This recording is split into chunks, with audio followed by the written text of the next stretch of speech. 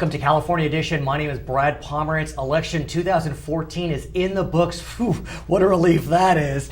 I do want to speak with you about state results as well as San Luis Obispo County results. Of course, we're speaking with Debbie Arnold. She's a member of the Board of Supervisors in San Luis Obispo County. Look at this map. The blue, those are the counties that voted in favor of Prop 1. The orange, they voted against. It was a landslide. 66.8% of California voted in favor of Prop 1. In SLO County, 64%. Who would have thunk? Those were amazing results. No surprise. I mean, I think the proponents, or at least in rural counties like ours, they were selling the opportunity to develop more storage in the state water system. And certainly, Southern California is always looking and wishing for more storage. I want to ask you, though, about North State. This is an overwhelming rejection to think that all these counties lined up voted against the proposition. It just shows how the water wars continue north-south. What do you make of that? When I look at that, historically, I'm feeling the same way you are. Historically, the waters come from the north and been brought into the south, and it looks like nothing's changed. Right. I do want to ask you about San Luis Obispo County, which in a lot of ways is a pretty purple county, maybe slightly red, but pretty purple, yet coming in at 64%. I mean, that really says a lot about what these voters think about the water crisis. Would you agree? I do agree, and I think that one thing about San Luis Obispo County, and especially in the last few years, we've become more informed about water and the necessity to prepare for the drought and be able to store. And this bond was about not just about water storage, but developing water storage and making funds available for all kinds of things. Even the environmental interests would be looking to this. Sure. This was a grand bargain. I mean, storage interests were involved, groundwater interests were involved, left, right, and center. Everyone was involved. I want to talk about some measures specifically in San Luis Obispo County dealing with taxes and bonds. Again, a purple, slightly red county. You wouldn't know it based upon the November 2014 election. 3 school bonds on the ballot. They each needed 55% of the vote. Everyone got at least 60%. That's right. I think everyone was waiting and watching. And what does that say? People were very generous with their tax dollars, and all of these measures passed. Let's talk about sales tax. And I must ask you specifically about Atascadero, which is in North San Luis Obispo County. Is it in your district? It is. You know it well. Folks say that when you look at San Luis County and you're looking for the red areas, go to Atascadero. It's the reddest of the red. Yet, a sales tax measure on the ballot needed 50%. 59% say yes. Debbie Arnold, what is going on with Atascadero? The city did a good job of convincing the citizens that in order for us to be able to repair and maintain our roads at a better rate, we need a sales tax. We need something that we can actually control instead of asking Sacramento to send some money our way. So, but what was interesting, and every city is experiencing this, you can absolutely lock that sales tax down and say, okay, voters, we promise it's going to go to repair the roads.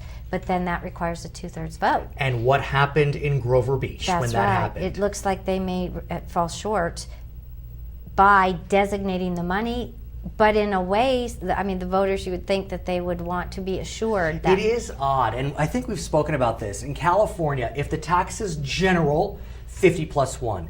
If it's specific, 2/3. Intuitively, I would think the reverse, because if you're being specific about it, you're not quite as concerned about where it's going to go. That's right, doesn't it? Am I wrong? Am I wrong? Help me out. I agree with you. So yes, Grover Beach, as we speak today, it needed 66.66. Today it's at 66.34. Could change. It could change. San Luis Obispo City, 70% in favor of tax extension. Pismo Beach, 70% in favor.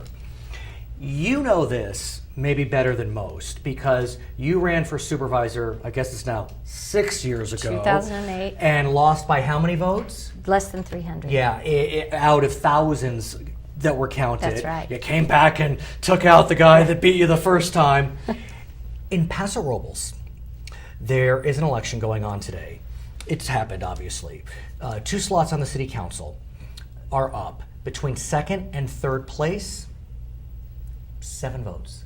Amazing. 7 votes. Can you? 7 and that's votes. when we remind the voters every single vote can count. You never know. 7 votes. The second place, 1,930 votes. Third place, 1,923. As we speak today, votes are still being counted. And they will be for a couple. I'm sure that won't be determined for a couple of weeks. You called to congratulate a mayor of a local city. This individual said, not so fast. How many votes in that race? Between the winner and the loser, there's only 2 candidates? That was 15. 15? Yeah. 15 votes out of 2,500 cast. I mean, these margins are infinitesimal. That's right. What does that say to you about the electorate, that these margins are so small? Well, we talked about that a little Right. earlier before Go. we came on the air. Right. That it seems like different groups are putting candidates up and then following those candidates. So we're seeing, candidates really split more Right. evenly, split amongst these. But what do you do as a candidate when you see these margins are so razor thin? I mean, you lived it in 2008, you bounced back in 2012. I mean, what's the difference between 2008 and 2012? You're the same old Debbie Arnold, And it's funny, and that's what I Yeah. tell you just never know, because I came back 4 years later with the same message, exactly the same message. Debbie Arnold, and the voters accepted my message. The first time, not well. Close. It was close, right. but I didn't quite make it. So the point is, you just never know, and there are so many things out of a candidate's control that might sway the voters one way or another, or put them in a particular mood to be looking at a particular issue. So some of it's timing. And let's talk about timing, because if we look at what happened nationwide, yet again, a Republican wave came sweeping across the nation and stopped right at the Sierra Mountains. I mean, California is still voting strongly Democratic. 8 constitutional officers, 8 Democrats won. No race was really close. I mean, the closest Secretary of State by, 5 points. Mm-hmm. What is it about our state that we seem to be going against the wave? Yeah, I just have to look sometimes, and when you see the maps like you showed us earlier, oftentimes you'll see California, and there'll be quite a bit of it red, and there'll be just a couple of areas blue. So geographically, I think it's more diverse than it appears. Right. But the population centers are so large that we have on the coast of California, both the Bay Area and of course the greater Los Angeles area. Huge population centers with their own interests and needs, and they tend to carry, I think, any. But in a lot of ways, I think you are kind of an example of what. I know you run as a nonpartisan, but you are known to be a Republican. But you are the poster child for this is what the Republican Party wants to look like in the future. And so how do you continue to help your party get that message out? Because it's still been a challenge for Republicans, both in California and even nationwide, to attract women voters, married women, single women. The one thing, and I appreciate those comments, sure. but I think that it is so important in an elected position, whether it's local or statewide, you have to understand that everyone is bringing their viewpoint to the table from their life's experience. So instead of, I reject that point of view, tell me about the way you live, the way you've lived, what has helped you to come to these conclusions, because I'm interested. I need to represent you, and I want to know what brought you to this point. Yeah. Her name is Debbie Arnold. Yeah, she is a member of the Board of Supervisors in San Luis Obispo County. My name is Brad Pomerance, and this is California Edition.